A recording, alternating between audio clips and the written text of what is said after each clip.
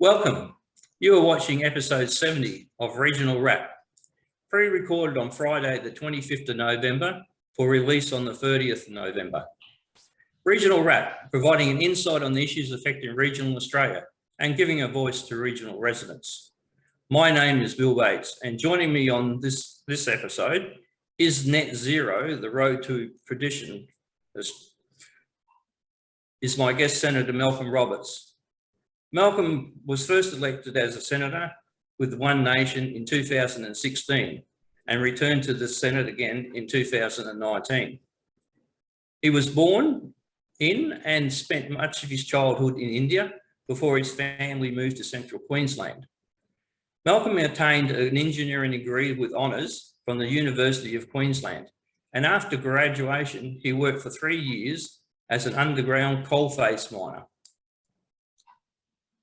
He rose through the management ranks to lead and bring about significant profitability and production improvements at underground coal mines and post-processing plants, and led the operational development of Australia's largest and most complex underground coal projects that successfully met and set new industry standards.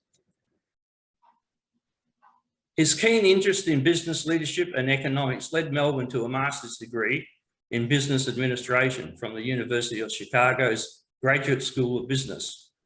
Malcolm brings to the Senate a thorough, practical and analytical approach to examining issues and is deeply committed to listening and thoroughly researching the facts. Welcome, Malcolm. Thank you very much, Bill, for the introduction. It's a pleasure to be here, mate, and I'm just so envious of you being up in North Queensland. Well, I wouldn't want to run outside now. You'd get wet in about 10 steps and drenched. Actually, it's quite interesting. This is the first time we're starting to get a bit of show of decent rain ahead. And it's probably because the people down south have pinched our rain for the last 12 months. Well, you know the number one rule with Australian climate and weather, highly variable. Highly variable. Even in North Queensland, where you get a lot of rain consistently, there's so much variation from one season to the next. And you just go over the range and you're in a different climate zone. And then you drive a few hundred kilometers or even 100 or so kilometers north, you're in a different climate zone. It's just stunning. Yes, and it's amazing that people living in the big cities just think everything should be climate controlled. It should just be 23 degrees sunny every day of the year, or at least if it's November 1st this year, it's going to be exactly the same November 1st next year, and so on and so on. But that's their perception. If you could start off giving us a bit of information about your younger days and how you worked your way through the coal industry and then came about into taking up politics. Okay, sure. And I must touch on variation, where I learned about variation, because it really is the key to understanding anything. Any group of statistics, some people go and look at the average or the maximum, but that can be highly misleading. You've got to look at the variation and the variability. That tells you so much more than just looking at the actual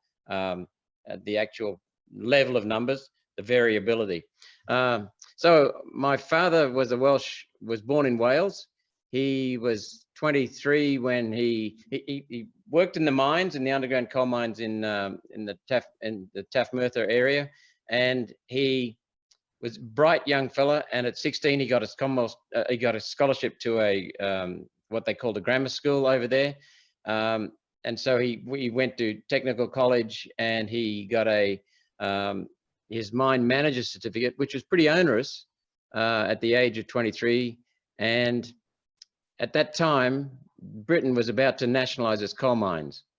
And so he knew, even at that young age, he knew what that meant. He knew that it would be hopeless in the future. It would be hopelessly bureaucratic, lacking accountability and responsibility. So he left at the age of 23, and he went to India, and he managed coal mines there. And then he started selling mining equipment. And the reason for telling you about him selling mining equipment is that he traveled around India, and he also traveled to Australia, because the British manufacturing company that he represented, mining manufacturing company, had subsidiaries in Australia, and that's where he met my mother. So my mother was actually born in North Queensland, Kidston, lived most of her childhood and teenagerhood in Tully, loved Tully, passionate about North Queensland, and I was born in 1955 while Dad went back to India. Myself, and then later my sister and brother, we were all born in India, and we had my formative years were all in India. At the age of 7, we left and came to Australia to live. And as you said, we lived in Central Queensland, Hunter Valley, and also, where else did we live? Brisbane and Newcastle. So my mining experience, when I was young, Dad would take me underground to visit, sometimes on his visits underground, because he managed an underground coal mine in the Hunter Valley, Bill.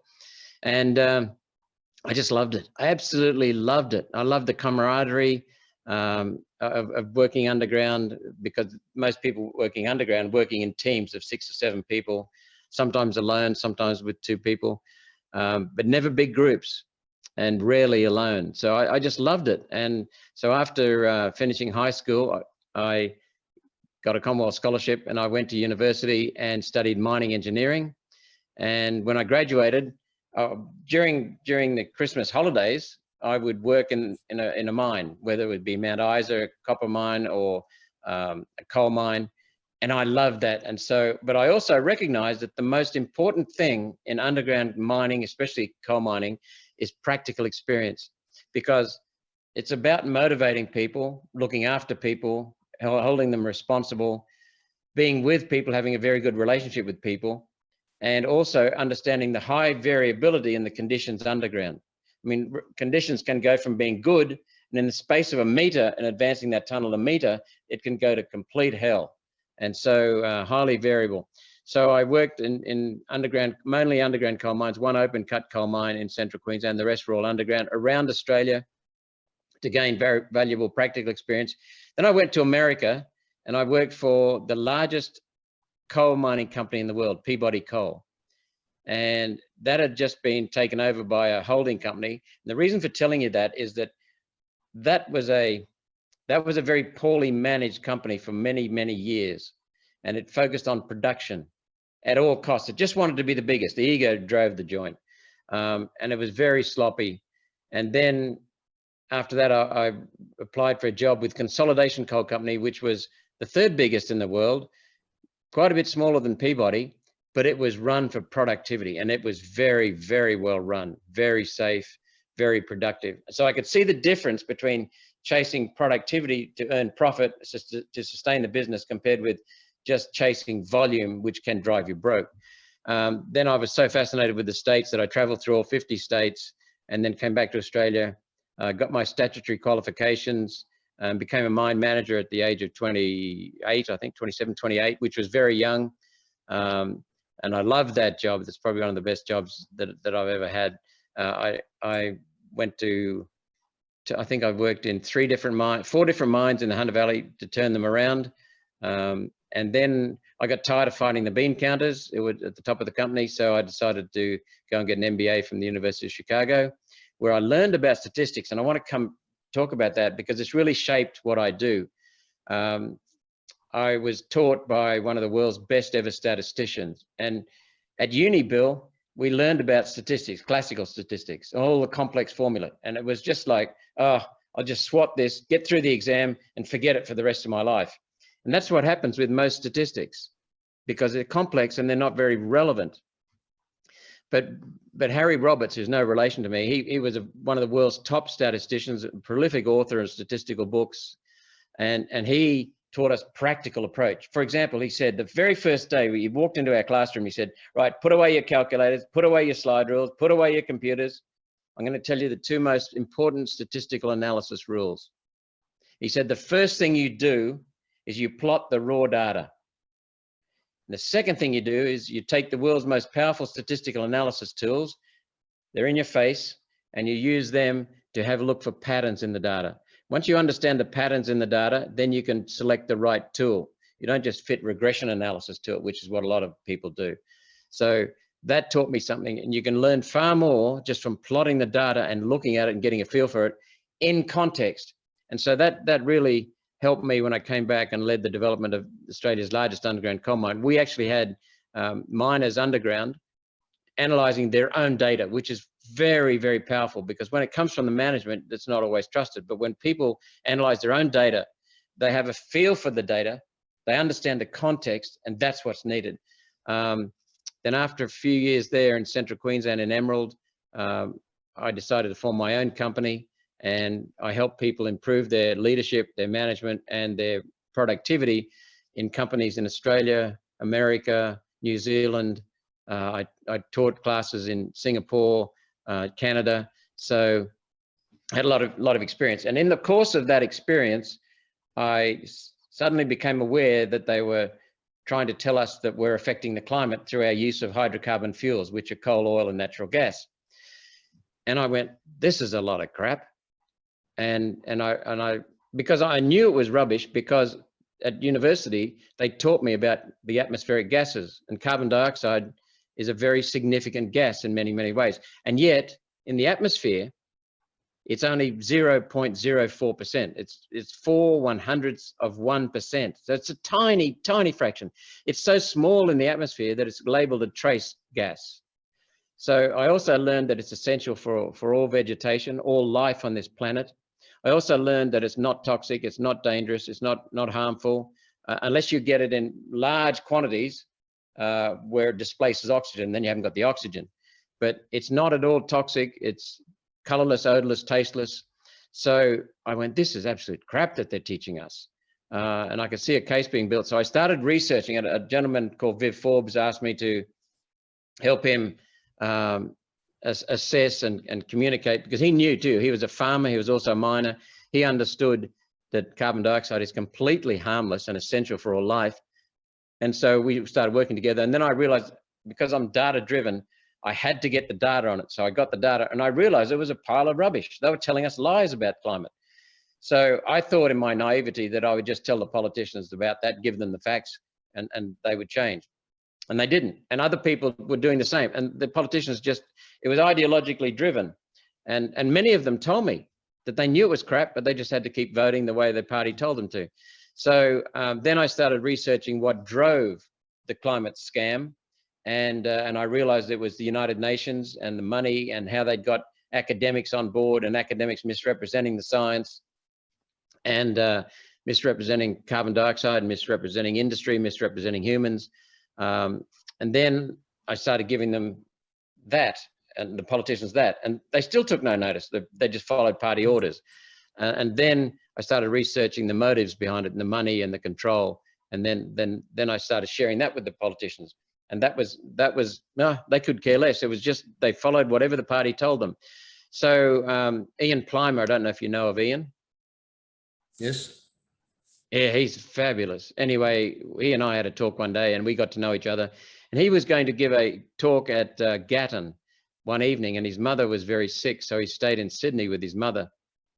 And he asked me to step in for him, so I did. And at the presentation, the forum was on 4 different topics: the Constitution, Australian governance, the climate scam, and there was something else.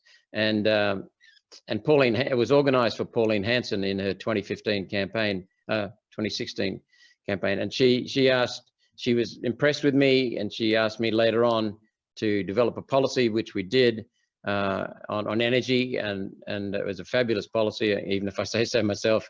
And then she asked me to stand beside her as a candidate, and I got into the Senate.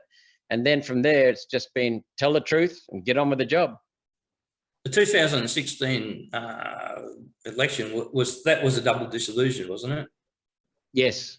Yes. So yeah. So all 12 senators for Queensland were basically thrown out, and instead of just having 6 elected at that period, you have full 12 were elected. So the quota goes down. So it gives people, minor parties, that bit more chance of getting not just 1 in but 2 in. Yes. So that's a quite interesting period of time in our history when we have those double dissolutions. And yeah, that's correct. You're absolutely right. It halves the quota needed to get a senator in. And then in 2019, I got in on my own right, still in One Nation, but I got in on my own right as head of the ticket, and we got a full quota. Yeah.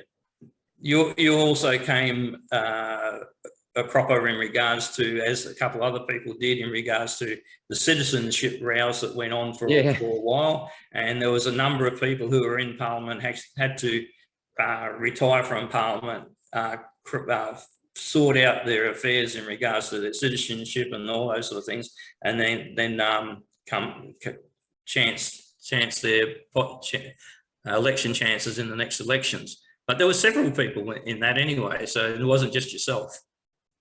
No, there were 7 people, I think, from memory, who went to the High Court. And I think if there had been fewer, say if I'd gone to the High Court on my own, they may well have let me stay in the Senate at the time, because when I was about to sign my nomination form in 2016 before the Senate election, it said, "Are you a bankrupt?" And I said, "No." "Are you a dual citizen?" And I said, and I was about to sign it and thought, hell, I better check, because I'm putting my signature to this, so I better check.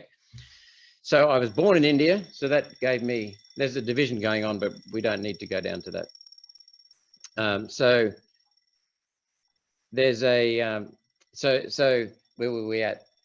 Oh, that's right. So I thought I better check my citizenship, because I knew I was an Australian citizen and had no problem with that.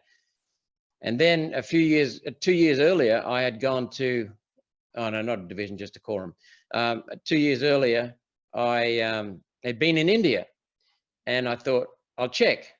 So the Indians obviously wouldn't have given me a visa if I'd been an Indian citizen. So I clearly wasn't an Indian citizen, but I checked anyway, and I was correct. I wasn't an Indian citizen. And then I thought, hang on, my mother was born in Australia, so she's an Australian. We had no doubt about that. Our citizenship papers showed that. And I thought, what about Dad? Now, Dad was born in Britain. So I thought, I better check. So I wrote to the consulate in Brisbane, and I copied it to another person. So 2 email addresses in Brisbane saying, am I a citizen of Britain? I didn't get any answer. So I wrote to an email to the High Commission in Canberra and said, am I a British citizen? And I got no responses. So then I wrote back to the High Commissioner and saying, if I am still a British citizen, meaning that I obviously was a British citizen, if I had been a British citizen, then I would still be a British citizen. So if that's the case, I hereby renounce my citizenship. And I'm telling you this detail for an important reason. And so I thought, well, I've tried twice, 3 times, and now I've declared that I'm not interested, and I declared it to the British High Commission in Canberra. And I still didn't get anything back. So once I went through that process, I went back to the One Nation office and signed the form saying I'm not a dual citizen. And then my wife had been in the States, and she's a bit of a stickler for things. She's wonderful that way. She came back, and she just she always questions things I do. You know, that's what women do very well. But she's quite wonderful. Yeah, she's quite wonderful, and she's always worried about things that are not 100%. So she had that little feeling in her gut that you know, I didn't nail it down 100%, even though I did renounce it. So she did her own exploration, and she's very thorough, and she knows her way around the internet. And she finally tracked down. She had a lot of difficulty because the Home Office in Britain wouldn't tell her, and they said the only way you can find out is if you apply to renounce. And she thought, that's strange, but anyway, so they wouldn't even tell her on the records whether I was a British citizen. So anyway, she then got the papers, and so I applied thinking, oh well, I'm already renounced anyway, it doesn't matter. So I applied, and they came back and applied to renounce if I still had it, and they came back and said, well, you were, but you're no longer anymore because you're renounced. But so I had renounced, and by the time the challenge came to the High Court, I was not a dual citizen. I'd renounced it earlier properly, but I had not renounced it at the time of nomination. Now here's where it gets interesting. So technically I was a dual citizen at the time of nomination, so therefore I was not eligible to be elected. So I was removed from the Senate. I was the only one in that case. All the others had not renounced, the other 6. So I think I had a pretty good case. But because of the overwhelming numbers, remember the headlines coming out, I think they just said, right, bugger this, all of you out. So away I went. But here's the thing. We learned later that the Attorney General, George Brandis, at the time in Australia, contacted the most eminent barrister in Britain, I've forgotten his name, who wrote a 900-page book on British citizenship. I don't know how you can write 900 pages on British citizenship, but anyway, he did. He's an expert, the world's expert on British citizenship. And he had other barristers in his chambers. Anyway, apparently, from memory, it's getting vague now, but apparently George Brandis, as Attorney General in Australia, asked him for his advice. And the eminent expert on British citizenship said, no, if you renounce it through the High Commission in Canberra, that's it. You're no longer a citizen. One of the junior barristers said, no, mate, you're wrong. 5 years ago, the law was changed and you have to apply to the Home Office.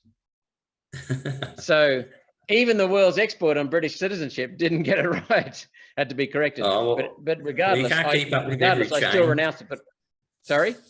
You can't keep up with every change. No, but so it's a complex issue. But I honestly thought I'd renounced it.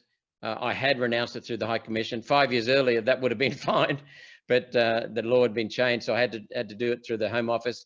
And at the time I was bounced from the Senate, I was not a dual citizen because I had properly renounced it. But as I said, on technicality, at the time of nomination, I strictly was a dual citizen. So people used to come up to me and say, oh, mate, you know, you should still stay in there. I said, no, the Constitution says that I should not be in there. That's it. I didn't comply with the letter of the law, so therefore I shouldn't be there. So so I have very strong faith in the Constitution. Well, I suppose one of the things we should be thankful that you did persist, because I think one of the things that's missing from our parliament now is people with practical experience. We have so many people, like they get out of high school, they've already got an idea of their political alignment. They go and get either a job in bureaucracy, underling, or from other politicians, and they just basically they're manufactured by the system to get endorsed for an electorate, and they've never done anything in their lives other than either work for a bureaucracy or a political party, either as a separate person to a politician or actual member of the party. And whereas, of course, in years gone by, most of the people in Parliament were business people, doctors, lawyers, farmers, all those sort of things, people who had a lot of practical experience and brought a lot of wealth of knowledge into Parliament.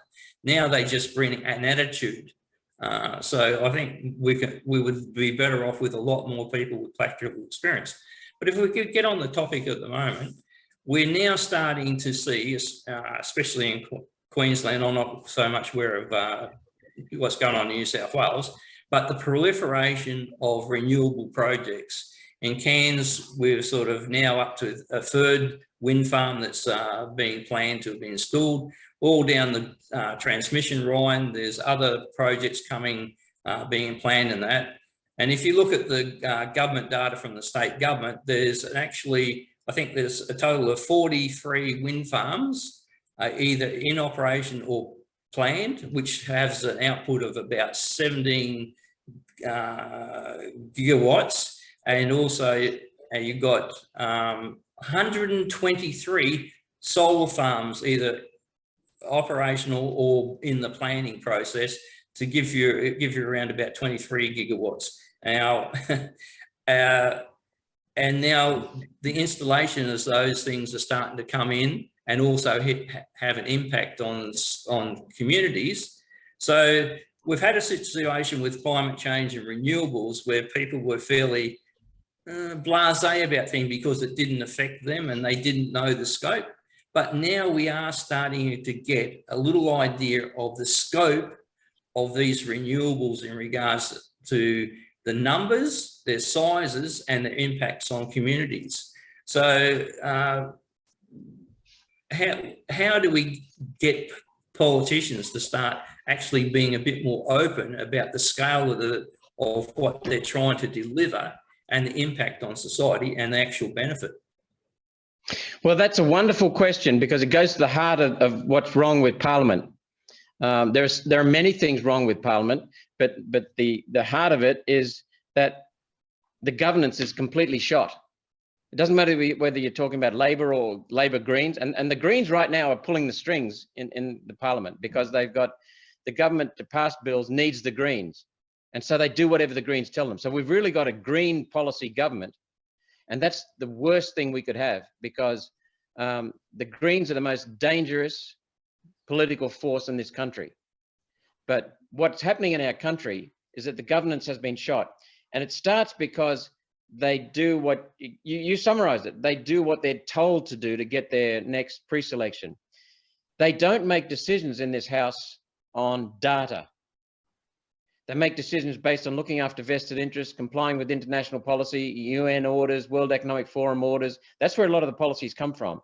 They look after their mates, they look after their vested interests, they look after party donors, they look up after emotion. So what happens is the Greens drive a lot of emotional stories, scare people. When people get scared, it's headline news, even if it's lies. And the Greens tell lies, blatant lies. It's stunning what they do. They're very clever at it, and they tell emotional stories. And then there are many people in the Liberal National Party and some in the Labor Party who congratulated me for my stance on climate change and speaking up about it and spouting the data, and yet they won't say anything themselves. So that's the first point. It's not based on data. It's not objective. It's highly subjective. The second thing is that the politicians don't listen because they're beholden to the party. Now, Pauline, she's wonderful because she's strong. She's a tough bird, but she's also a very, very good listener, and she's very fair. So we'll have our party meeting in the mornings to discuss legislation that's coming up, Bill, and she'll say, I think we should do this. And I say, no, Pauline, I disagree with you. We should do this. Why? You know, she gets those eyes of hers come and pierce on you, and she can't. Please explain. No, she's not deliberately intimidating, but her yellow eyes just go whack.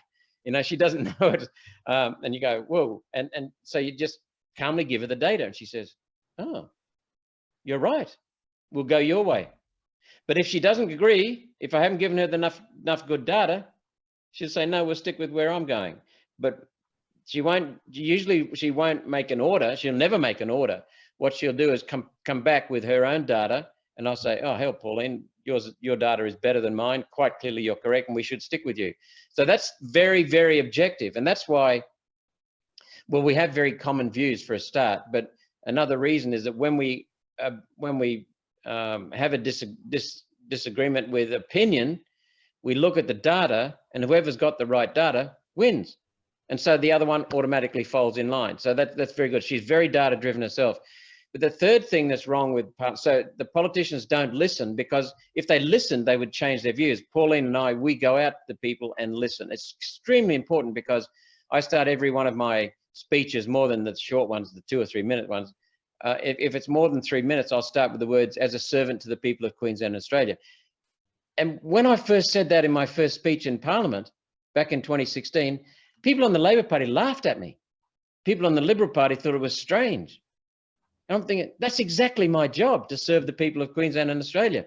And so that told me how out of touch we were. So every speech, more than 3 minutes long, I start with those words. But as a servant to the people of Queensland and Australia, I support the Constitution. I have to stand up for the Constitution. Our Constitution is still intact, but it's not complied with. It's bypassed by the Liberal Nationals and the Labor Party. And what that's led to is policies being adopted by the Greens, then by the Labor Party, then by the Liberal Nationals, that are pushing United Nations policies and World Economic Forum policies. So our sovereignty is lost. So if you can understand those basic points, well, the fourth one is the now democracy. Australians are known inaccurately as being independent. We're not very independent at all, because we were convicts, and people think, yeah, we're convicts, and we've got a lot of Irish people and blood in us, but we're not that rebellious. We're actually quite we kowtow to authority usually. You see that at school. COVID showed that. Yeah, exactly. So Australians are actually not as independent as we think we are. Many Australians kowtow to authority, and they absolutely know that political systems at state and federal level are completely corrupt and do not look after the people. Yet when the shit hits the fan, they go and ask politicians for their advice. They know that the politicians caused the problem, then they go and ask politicians for their advice and the solutions out. I mean, it's just stunning. So the voters don't realize in this country anymore that they are in charge. There's only one group of people who can change our constitution. And our constitution is the umbrella entity. It's the governing entity. The Queen, we are in a constitutional monarchy. We are effectively a republic. And I'll explain what I mean by that. A republic is governed by laws. A monarchy is governed by a ruler. It's been handed down through generations. So your son or daughter takes over when you die as the king or queen. We are a constitutional monarchy. We don't have a president. We have a monarch in charge. We have a monarch who is given powers under the Constitution. The Constitution gives the king or queen reserve powers only. The main powers are reserved for the prime minister and the cabinet, which is elected by the people. The ultimate power in our country is the constitutional. That's the ultimate governing entity. And our country is the first in the world, and this is something I'm really proud of, and very important to be proud, I think, as being Australian. Our country was the first in the world, and it may still be the only country in the world where the people voted for the Constitution. So our Constitution is a people's constitution. So I really fight anybody who comes up and says we should be a republic. In essence, we are a republic because the governing entity is our Constitution, a law. But we should not be a republic because we would then have a bastardized constitution that would have to be changed, and we would have some political hack thrown in as a president. We need the people's constitution, not a retired politician's constitution. So that's very, very important. But I want to get to the fourth point, and that is that the voters are in charge. The only people who can change our constitution are the voters. The voters elect who represents them in the parliament, and the people in the parliament are representing the people, and they should be doing what the people tell them, which means get off your ass, go and listen to people all around the state and all around the country. And very few people do that, because if they're in one of the tired old parties, Labor Party or Liberal Nationals, and they go out and listen to the people, they'll be told things that the party won't let them do. So it's better not to listen. So the voters have been asleep in our country because they've either voted Liberal, National, or Labor. And if they don't like Liberal, National, they get tired of them, they vote Labor. And then when they get tired of them, they vote Liberal, National. But the fundamental point, if you sit back and have a look at what's going on, there is not a single major policy difference between the Liberal Nationals and the Labor Party. Not one. Not one. The Liberal Nationals and the Labor Party are both in favour of large immigration, which is driving up the price of housing and suppressing wages. Liberal National and the Labor are both in favour of the climate change bullshit, which is costing us enormous money, wasted, hurting the people. They're both in favour of high inflation as a result of the COVID mismanagement, where they flooded the joint with money. And everyone knows that that's what's really driving the cost of living pressure and the inflation. They're both in favour of energy policies that are screwed up because of what you call renewables. I call them unreliables. So let's have a look at now that you understand the core of those questions. These policies for unreliables, wind and solar, are being driven not in our country, but by compliance with UN agreements and World Economic Forum agreements. And so that's why we've lost our sovereignty, and that's what happens now. So even our Water Act, for example, in 2007, the John Howard government passed the Water Act. Malcolm Turnbull was the water minister. I've read that act, and one of the aims of the act, it's repeated in about 3 or 4 places, Bill, is to comply with international agreements. What the hell have we got in our legislation saying that one of the primary aims of the legislation in Australia is to comply with international agreements? It's rubbish. So what we've done is we've taken on unreliables, wind and solar, as a result of international agreements. John Howard said in 1996, we will not sign the UN Kyoto Protocol, but we will comply with it. That has driven our energy disaster. John Howard's government, the Liberal Nationals, put in place the renewable energy target, which was about wind and solar. They stole farmers' property rights to comply with the UN's Kyoto Protocol, stop the farmers cutting down trees. That's what that was all about. Even though Beattie is the one who implemented it and Bligh implemented it, it was first agreed to by Borbidge in the National Party in Queensland. So what we need to understand is that wind and solar have enormously high cost electricity, enormously high cost. It's around about 3 times the cost of coal-fired power. They are still subsidizing wind and solar, still subsidizing it. That tells you everything you need to know. It's very high cost and they can't do it without subsidies. But what you need to know beyond that is it's destroying coal-fired power because they favor wind and solar, and that upsets the balance of what's going on. Wind and solar are unreliable. Very high expense, very high cost electricity. They're unstable. They're not synchronous. Coal, hydro, and nuclear are synchronous. What's the other one? And they're not secure. Wind and solar are not secure. So we've got very high cost. We've also got very low density energy. Wind and solar energy, very, very low density. Coal density is enormously high in terms of energy. Oil is even higher, slightly higher. Nuclear is way higher. So when you increase your energy density, you decrease the cost because you're getting more energy produced, more electricity produced. Another thing that's really detrimental with wind and solar is that they're taking up vast areas of good prime agricultural land or good forest. You know, we've got bloody greenies who used to be tree huggers, Bill. Nowadays, they chop down whole forests to install wind turbines or solar panels, and they hug the bloody wind turbines, concrete, glass, steel, and oil. So then we've also got the fact that wind, the capacity of a wind turbine is about a quarter what its installed rated capacity is, because the wind doesn't blow all the time, and it doesn't blow strongly all the time. Solar, it's much the same, around about 26%, I think. So if your capacity of your solar energy production, energy generation is 1 gigawatt, you'll have a quarter of a gigawatt coming out of the damn thing.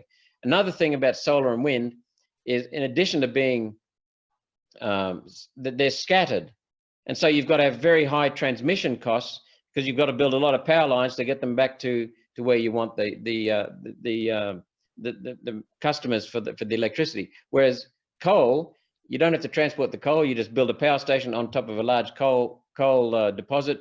You feed it straight into the power station, and then you can send it to 100 kilometers, 200 kilometers to Brisbane.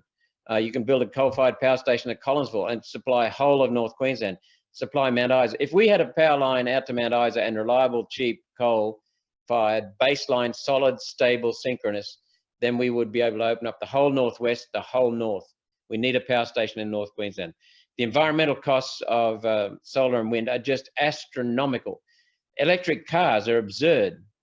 The electric cars now, the cheapest electric car you can get is about double the same car price with petrol or diesel power, double. Why is that? Because you've got a massive battery that consumes huge resources. You've got extra weight in the thing because of that heavy battery.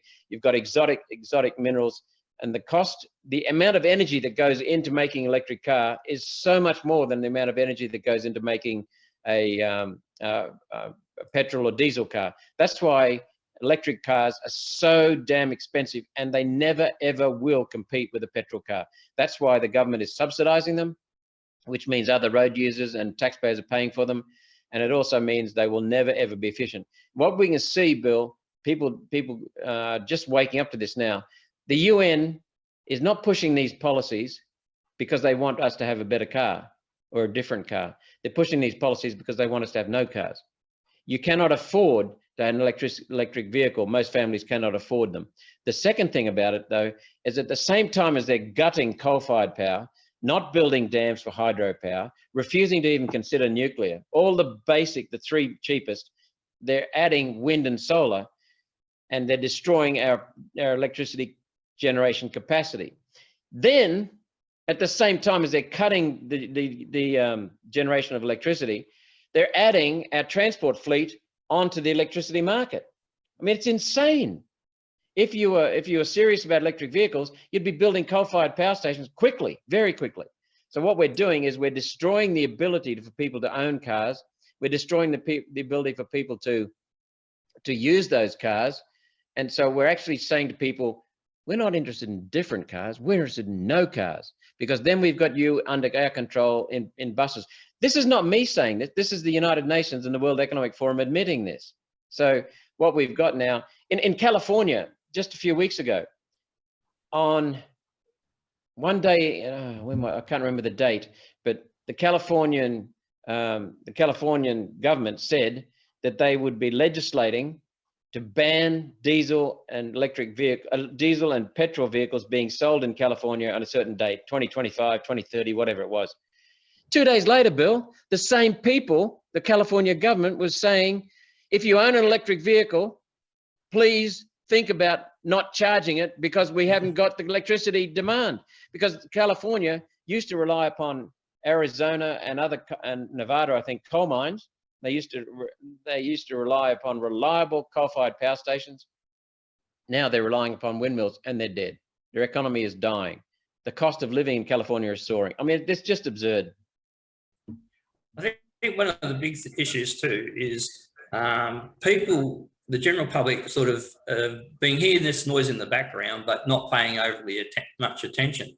But now we have the situation where a lot of wind farms are planned and being put in.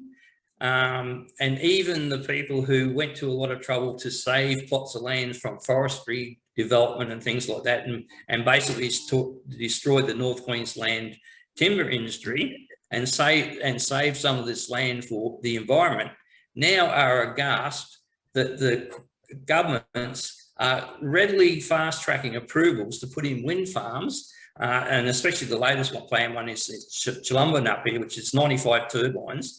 But these things are a much bigger generation ones than before. The access roads are up to 70 metres wide. There's hundreds of kilometres of access road, and they're just going to automatically bulldoze down the woodlands that, all these environmentalists, I'll say environmentalists rather than the green, tried to save from logging. Now, they raised concerns, but they're not getting any assistance in protest from the actual Greens. So now we're starting to see a clear difference between people with green ideology and environmentalists, and they're going to be at each other's throats as this continues. Yep, you've nailed it. In the 1850s, we were still using whale oil for lighting. We were using, that means killing whales. You can't get oil out of a whale without killing it. And we were using wood for heating and for cooking. And so all over the world, they were chopping down forests and killing whales. The thing that saved the whales and the forests was coal. The thing that decreased air pollution, because we didn't have particulates, was coal-fired power stations. That's fact. So that's cleaned up the cities. We've now got coal-fired power stations that are producing only carbon dioxide and water vapor. The rest of the real pollutants like sulfur dioxide, nitrous oxides, particulates are scrubbed out before they go into the chimney. The only thing coming out of a power station chimney these days, a modern Australian power station, is water vapor and carbon dioxide, both of which are essential for life on this planet. So there's no pollution now with coal-fired power stations. But I want to, and because of coal-fired power stations, we no longer slaughter whales and we no longer cut down forests for that reason. And so what you'll find now is the figures for area of forests in the developed continents is much, much higher than it was 100 years ago. Much higher. I think in some cases it's 30%. But I want to go to the lie that's underpinning all of this. I'm the only politician in the world, and I've been told that by two prominent climate analysts who have been all over the world and have looked at this. I'm the only politician anywhere in the world to hold a government science agency accountable. No one's done it in America. No one's done it in Britain. No one's done it in Japan. No one had done it here until I'd done it. And Senator Ian MacDonald, who used to be in the Senate, he looked at me in the Senate one day, he stood up and he said, I don't always agree with Senator Roberts, but I got to give him the credit for starting the debate on climate science that we've never had in this parliament. They've never even debated climate science. So the reason I'm telling you that no one else has held a government science agency accountable is because no one has done that. So to me, it's natural to ask for the data. So I've had 3 presentations from the CSIRO, each about 2.5, 3 hours long. First presentation, and I asked them for them. The first presentation, Bill, I said to them, I want to know the empirical evidence, the measured data that shows there is a danger from human carbon dioxide. In the course of that presentation, and I said, you can present anything you want, it's up to you. They gave us 1 paper on temperatures and 1 paper on carbon dioxide. Can you believe that? After 48 years of studying climate, they gave us 1 on temperatures. The 1 on temperatures, the bloody author himself was put under cross-examination by a statistician in Canada, and within 2 weeks of releasing his paper in 2013, he admitted that you couldn't rely on the 20th century temperatures that he put out in his paper. This is what the CSIRO shoved at us, complete crap. They went away, took that paper, they basically never raised it again, and they replaced it with another. But in the meantime, before we get onto that second paper, in that first presentation, I said to them halfway through, where's your empirical evidence showing that carbon dioxide is a danger and needs to be cut? Carbon dioxide from human activity. And they said, oh, we've never said danger. We've never said that. And I said, well, the politicians say you have. Well, you better go and ask the politicians. So the CSIRO admitted that they have never told anyone that carbon dioxide from human activity was a danger. And that's what it's all based on. The second one, the second presentation, before climate change, it used to be global warming. Remember that? I just jump in there for a sec. Yeah. Right. In the 90s and into the early 2000s, if you Googled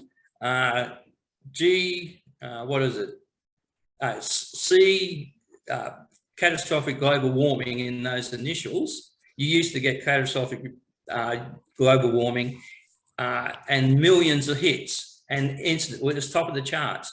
If you Google those initials today, you get citizens against government waste or something like that. It's really interesting that one of the items that was the first response of Google back in that time has suddenly disappeared off the face of the earth, and it's just referred to as climate change, which we all know climate has always changed, is changing, and always will. And it's a blanket cover to sort of avoid scrutiny for actually what they're talking about. Well, I've got to pick you up on one thing there. Your overall concept is absolutely correct. I agree with you and endorse you totally. But you said climate always changes. It doesn't always change, because I'll get to that in a minute. I might have to go soon because of Senate estimates happening right now, but I'll come back to that one. So the second presentation, they looked at me, and I was sitting right next to the head of the climate science team from CSIRO, and he admitted to me that today's temperatures are not unprecedented. Who caused the ones in the past? It's bullshit. I can't use any other word. It is complete rubbish.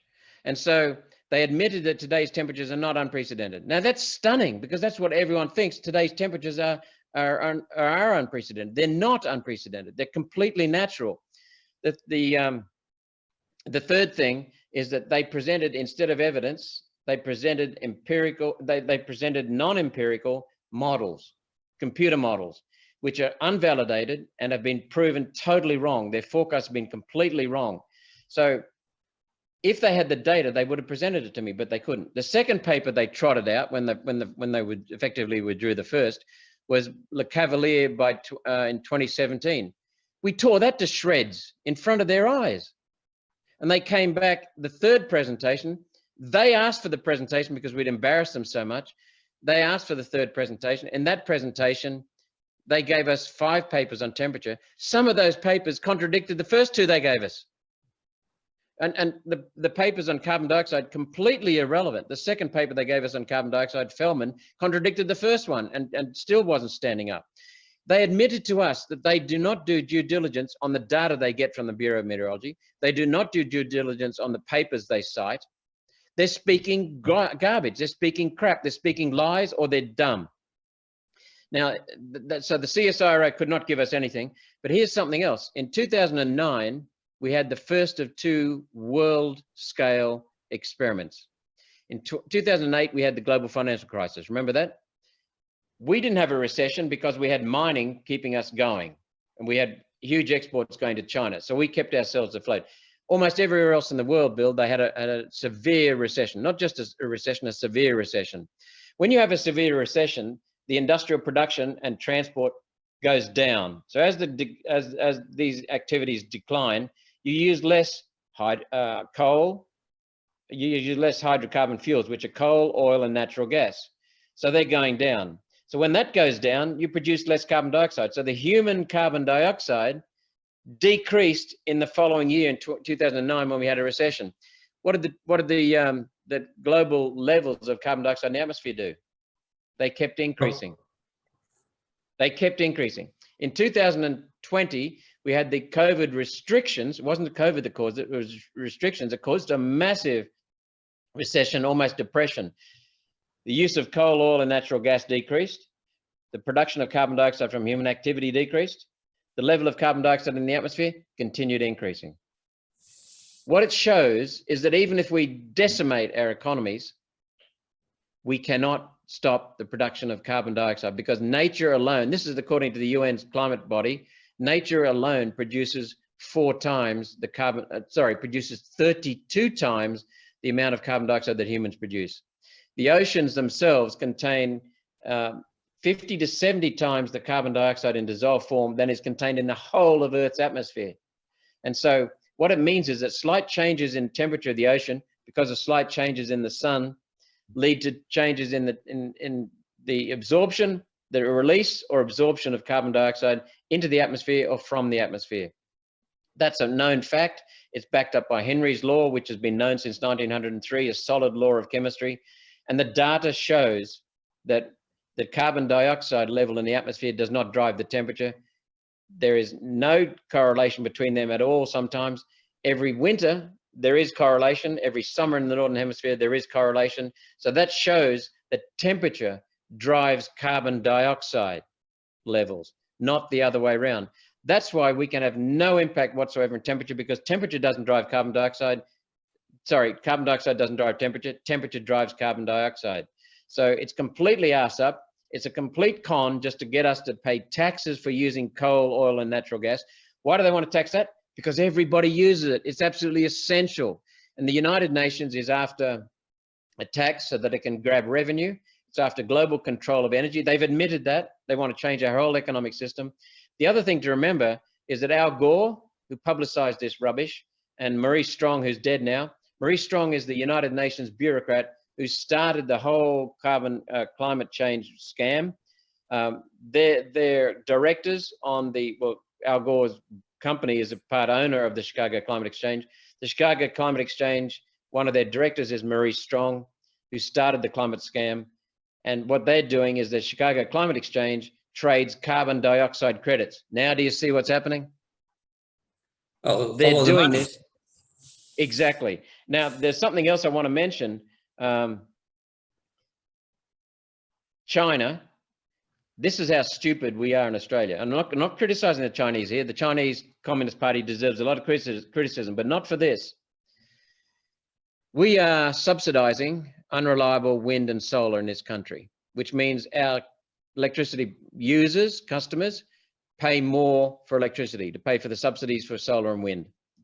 At the same time, we destroy its reliability. We export our coal to China, our metallurgical coal to make wind turbines, our thermal coal to generate power for electricity. Coal-fired power stations in China sell their coal to the market at 8 cents a kilowatt hour. Because of the subsidies and the inefficiencies in Australia and the government restrictions and legislation, we sell coal-fired generation at 25 cents a kilowatt hour. 25, 3 times as much. We ship our coal to China and they sell it for the electricity a third less than here. But then they ship the wind turbines and the solar panels back to Australia, where we subsidize them to buy them. We subsidize them to install them and run them. The Chinese control some of our electricity networks in capital cities because we sold the bastards, a vital, essential, strategic asset, and we sold it to the Chinese and other countries. And so we now have increased power prices. So and nowadays, manufacturing costs, the biggest component of manufacturing costs is not labor, it is electricity. So when you jack up your prices of electricity artificially for wind and solar subsidies, you're sending your manufacturing out of our country. They're shutting our factories, moving them to China, where it's cheaper electricity. And so we are destroying our economy, destroying our electricity sector, destroying manufacturing, making us vulnerable on China. We are dependent on China for all the solar and wind generators. We're giving them a huge market, and we're destroying our country. This is economic suicide. And in addition, if you then look at a power station, a nuclear power station lasts 60 years or so, I think. Coal-fired power station, as you said a little while ago, lasts 50 years or so. Wind and solar last 10 to 15 years. So there's nothing renewable about wind and solar, because you've got to take those bastards and bury them, because there's no way of converting them, recycling them. You bury them and you build new wind turbines and new solar panels. 15 years later, you drop them into the ground. So you wreck the ground again, and then you build more wind turbines and solar panels. There is nothing renewable about solar and wind. And it also makes us a captive of the supply chain.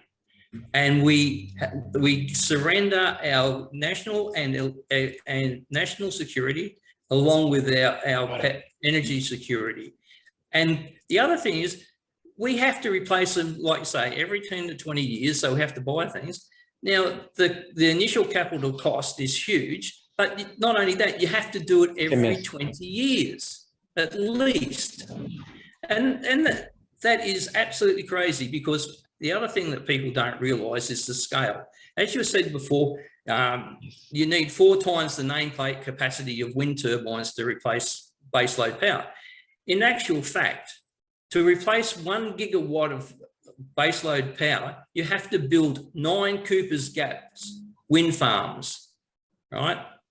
And Cooper's Gap cost us $850 million each. So you need 9 of them. Not only that, to make it reliable, you have to build about 57 Hornsdale power reserves, which cost about $172 million each. Now that's so 9 Cooper's Gap wind farms, which covers 102 square kilometres as well. You have to build 9 of them and 50 odd Hornsdale power reserves. That total comes up to nearly $17 billion for 1 gigawatt. Yeah, it's dumb. It's extremely dumb. And then if it's at night time when the sun's not shining and if the wind's not blowing, what do you... Oops. We're back. We're back, right. So if it's nighttime, Bill, and the wind's not blowing, what the hell are you going to do? Oh, we'll just build batteries. You had got any idea of the size of batteries you're going to build? Now your $17 billion blows out to $50 billion or more. The cost, and then the impact on the environment is huge, because the energy used, I mean, I don't think carbon dioxide is a problem. In fact, I know it's not a problem. And the CSIRO said it's not a danger to us. But let's just assume that you're swallowing this crap and you say we've got to cut carbon dioxide. The manufacturing of a wind turbine produces more carbon dioxide than is saved in the whole life of operation of that wind turbine. The same with solar panels. These are actually increasing the production of carbon dioxide. Then when you line up the fact that you've got to replace them every 10 to 15 years, you're doing 3 times as much. So it's just insane. So this is actually an economic suicide note to the country. But if you listen to it further, there's a lady called, I've got another 8 minutes or so, I've just been told by Aidan. Kerry Schott was a Yank who was brought down here by Malcolm Turnbull, which tells you probably everything you need to know. Yeah. She was on the Energy Security Board. She was also driving this rubbish in New York State. She said that it may, so when she was asked about the federal government's plan to reduce carbon dioxide output by 43% by 2030, and for renewable energy to make up 82% of electricity generation, her reply was disquieting. Now remember, she's a big fan of this. She's made a lot of money out of this. Her reply was, it may not be possible, but I think we've got to give it a go. What the hell? Now, she won't pay for these mistakes. The people who pay for these mistakes are taxpayers. But have a listen to this. This is Judith Sloan, a pretty good journalist and economist.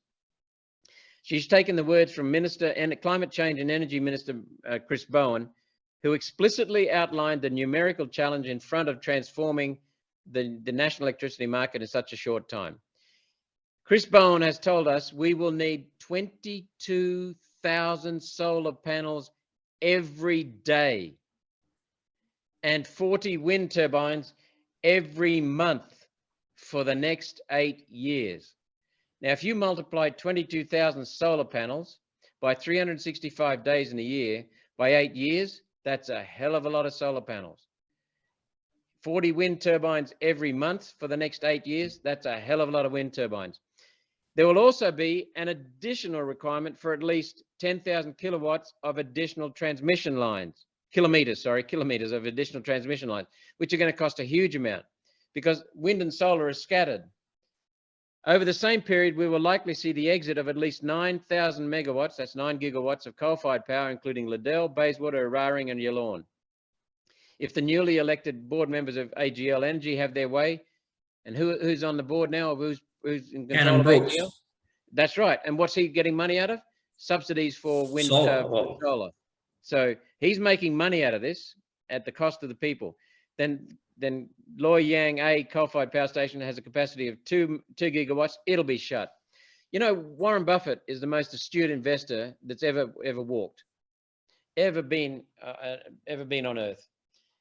He said,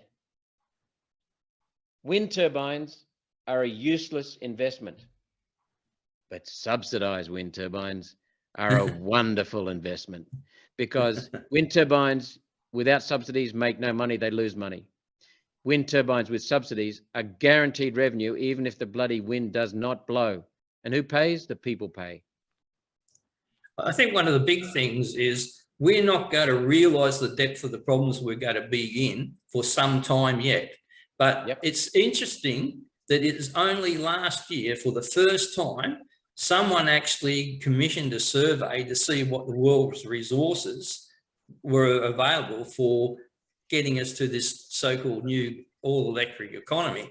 And that was the Finnish geological survey conducted by Simon Miche. Now, if I can just show a quick screenshot.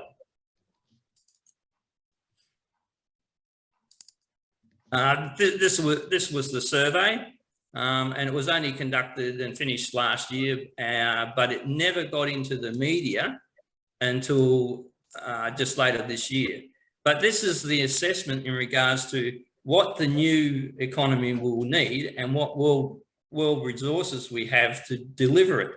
And the only metal that we have got sufficient reserve is copper. But nickel, cobalt, lithium, and graphite, we don't have enough reserves in the world to actually implement a all-electric system which, although we currently only need 37 terawatts of power, when we go to all-electric, where we get rid of gas-fired heating systems and fuel cars and just have electric cars, we'll actually need 57 terawatts of power. And we need that every minute of the day sort of thing. So we haven't got the world's resources. So why are we heading in that direction, knowing that we haven't got the resources? Is it just we just go like is it a road to perdition? Do we just keep going until we fall off the cliff? Well, the answer to the question is really simple. And they're not my words. They're words from the United Nations and the World Economic Forum. They have told us that their objective is to transform the world economy from being, right, I'll have to go in a couple of minutes.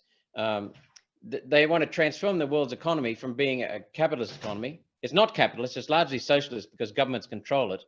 But they want to go from this crony capitalism to complete full-blown socialist, where governments control everything. They've told us that. They have told us that, both the World Economic Forum and the UN. This energy, it's not about using different energy, it's about using less energy so they can control what we do. They will put smart meters. They've already said this. They'll put smart meters on us to tell us when we'll use our power. And by the way, Bill, if you don't agree with us or you don't comply with us or you keep having these guests on who talk against our policies, you won't get any electricity at all. No, I'm serious. They've said this.